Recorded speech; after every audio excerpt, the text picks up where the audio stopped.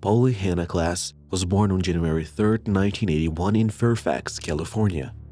She was the only child of Mark Klaas and Eve Nichols, who divorced when she was just 2 years old. After the divorce, Eve took custody of Polly and Mark remarried to a woman named Violet. In 1987, when Polly was 6 years old, her mother met a man named Alan Nicol. They began a relationship and later had a daughter named Annie. Due to Alan's work, the family was constantly moving around the state of California. In 1992, Eve and Alan split up and then Eve moved to Petaluma town, taking her 2 daughters with her. Petaluma is a city located in the state of California and is about 40 kilometers from Fairfax, where Polly was born. There, Eve started working in a clothing store, while Polly helped her a lot with the housework and taking care of her stepsister.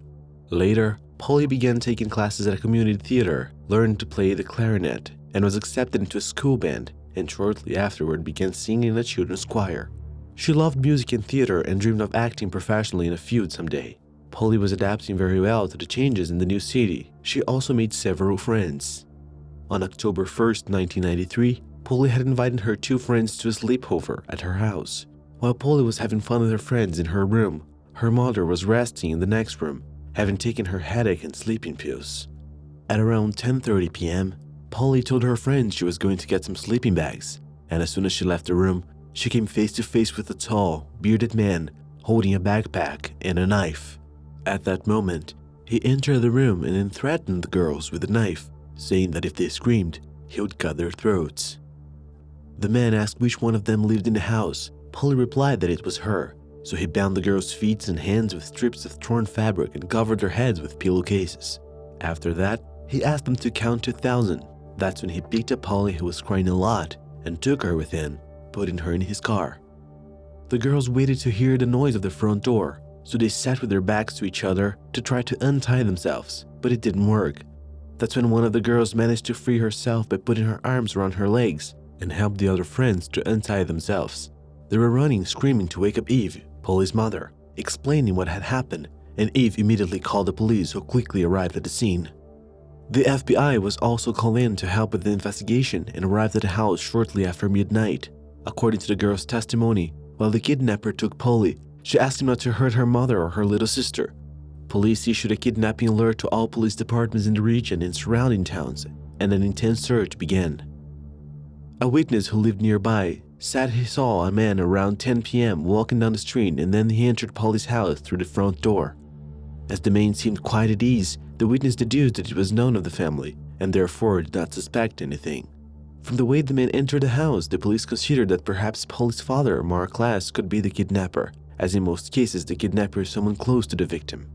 Mark and Eve were divorced and he lived in Sausalito, a town about 50 kilometers from Petaluma, where Polly lived with her mother.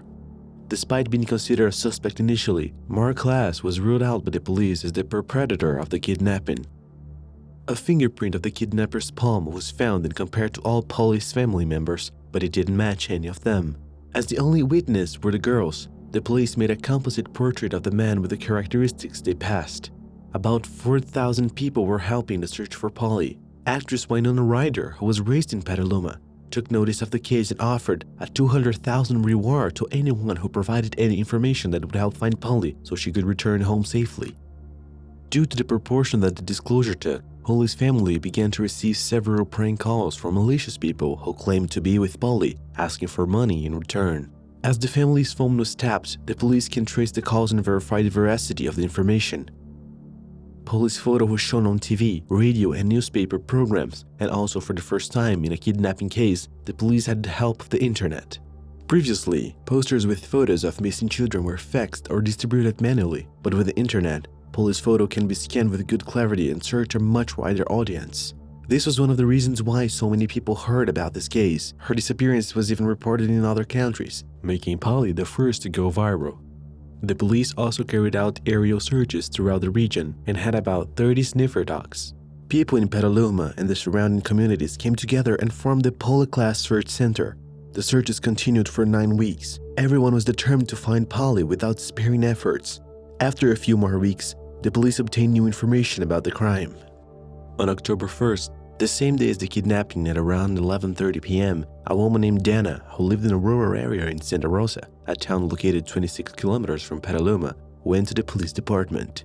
She reported that Shannon, her daughter's nanny, was leaving her house when a man stopped her on the road, saying that his car had become stuck in the mud. He kept insisting that Shannon get out of her car and help him. Shannon, very scared, ran off with her car, leaving the man there, and called Diana from a payphone, warning that there was a strange man inside her property. Diana took her daughter and immediately left the house.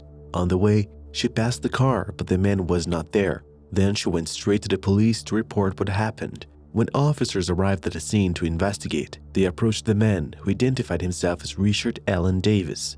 The officers noticed that he was a little agitated and had 3 leaves in his hair. Richard told officers he hadn't realized he was on a private property and said he was lost and ended up jamming the car. Officers looked inside the vehicle but found nothing suspicious. They checked his driver's license that everything was in order, and since Dana didn't want to press charges, the cops just told him not to enter the property anymore and released him without consulting his criminal record.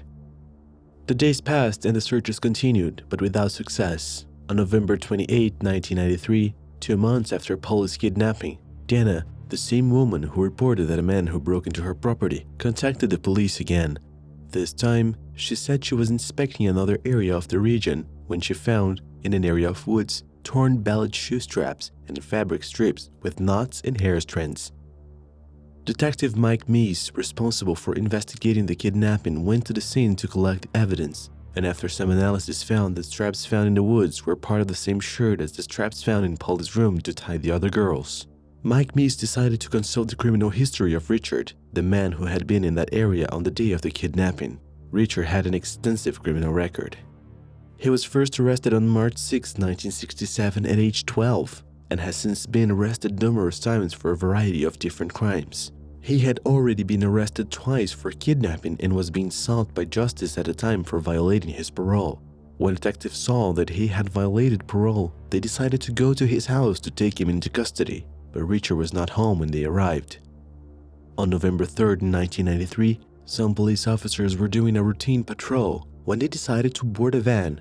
After consulting the driver's documents, they saw that it was Richard Allen Davis.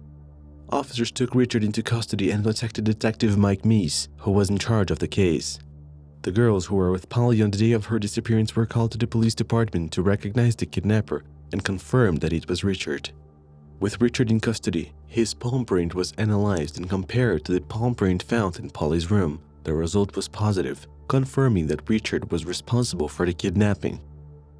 Even with all the evidence and witnesses pointing out that he was responsible for the crime, he just denied it. As a strategy, the detectives decided to keep the evidence they had about Richard's palm print a secret so he wouldn't know and he'd think he might have some chance of getting away with it. One day, while in prison, Richard received a visit from a friend who showed him a newspaper with the news all about the evidence the police had against him and said it was better if he told the whole truth. On December 4, 1993, Richard confessed to being responsible for the kidnapping and murder of little Polly. He told the detectives everything in detail.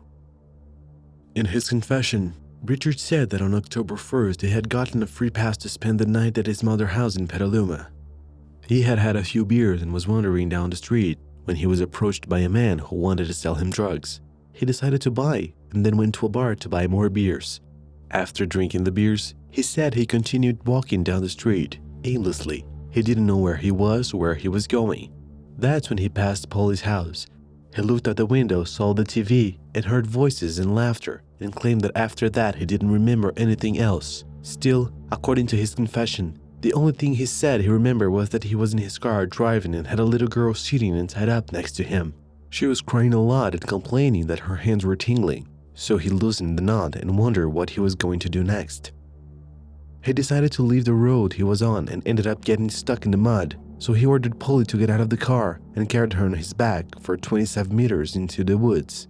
Richard left the girl in the woods and went back to where his vehicle was. He said he planned to leave her there in the dark until he figured out how to get the car out of the way. That's when the police showed up.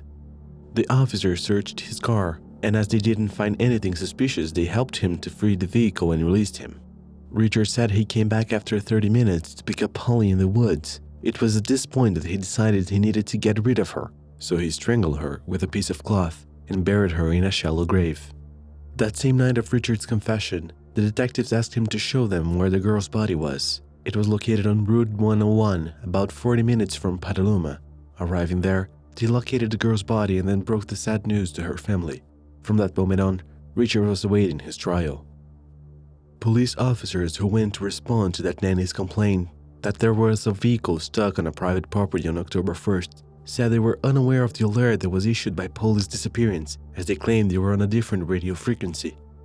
On August 5, 1996, 3 years after the crime, Richard Allen Davis was sentenced to death for robbery, larceny, kidnapping, lewd act against a child, and murder.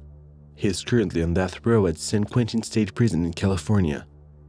As the judge read his sentence in court, Richard smiled and made obscene gestures at the camera. The judge said that giving a death sentence is always difficult, but Richard's attitude in court made it easier. Mark Klaas, Polly's father, became an advocate for children and created the Klaas Kids Foundation, which helped families who were or have been through the same situation. He has made himself available to parents of missing children and often appears on TV shows to talk about the matter. Actor Robbie Williams, who died in 2014, was touched by the whole thing. At a time, he reached out to Annie, Polly's stepsister, and the girls who were with her that night to spend time with them and make them laugh so they could forget a little about everything that had happened.